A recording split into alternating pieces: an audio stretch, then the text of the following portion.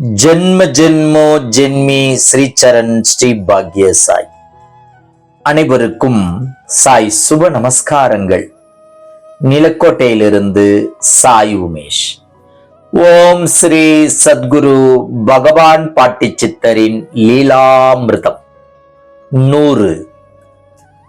பழனி கணக்கன்பட்டி சத்குரு ஞானவள்ளல் ஸ்ரீ பழனிச்சாமி சுவாமிகளிடம் மிகவும் நெருக்கமாக இருந்த சீடர்களில் மிக முக்கியமானவர் திரு ஜெயமோகன் சுவாமி அவர்கள்.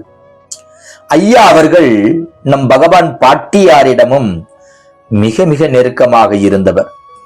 சுமார் 2000ஆம் ஆண்டிலேயே பாட்டியாரிடம் நேரடியாக ஆசி பெற்றவர்களில் ஒருவர். எண்ணற்ற சித்தர்களை நேரில் தரிசித்தவர். கணக்கன்பட்டி மூட்டைச்சாமிகள் ஐயா மீது கொண்ட பக்தியின் காரணமாக பழனி கணக்கம்பட்டி சுவாமிகளின் ஆசீர்வாதத்தால் நாமக்கல் துறையூர் செல்லும் சாலையில் ரெட்டிப்பட்டியில் சத்குருக்கென தனி ஆலயம் எழுப்பி பல பக்தர்களின் வேதனைகளை போக்கிக் கொண்டிருக்கும் குருவின் கருவி அவர். கணக்கன்பட்டி மூட்டைச்சாமிகளே ஒருவரை தேடிச் சென்று பார்த்தார் என்றால் அது திரு ஜெயமோகன் சுவாமி ஐயா அவர்கள் ஒருவரே.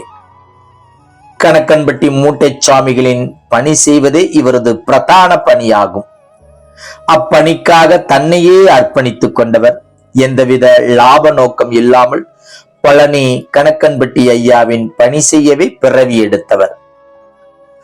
கடந்த 2000ஆம் ஆண்டு நம் பகவான் பாட்டியாரை பற்றி கேள்விப்பட்டு முதலாக தரிசிக்க சென்றார் திரு ஜெயன்மோகன் சுவாமி ஐயா அவர்கள்.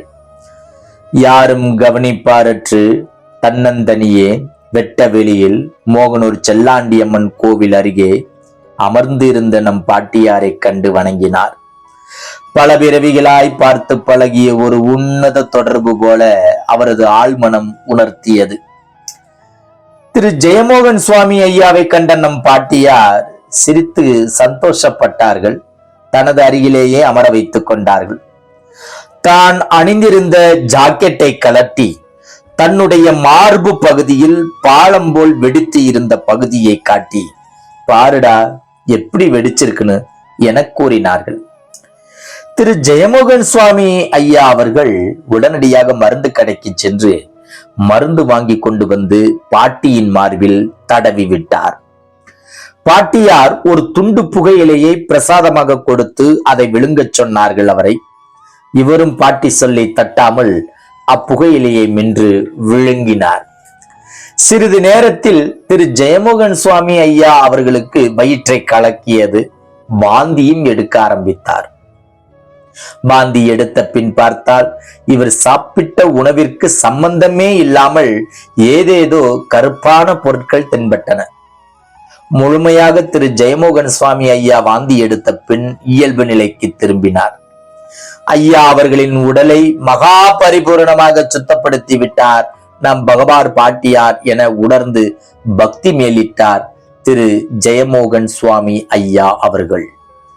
தொடர்ச்சியை நாளைய காணொளியில் காண்போம். பாட்டியை தியானிப்போம். ஆரோக்கியத்தை அப்பத்தாளிடம் பெறுவோம். ஜெய் குரு பாட்டி, ஜெய் குரு பாட்டி, நற்பவி பாட்டி.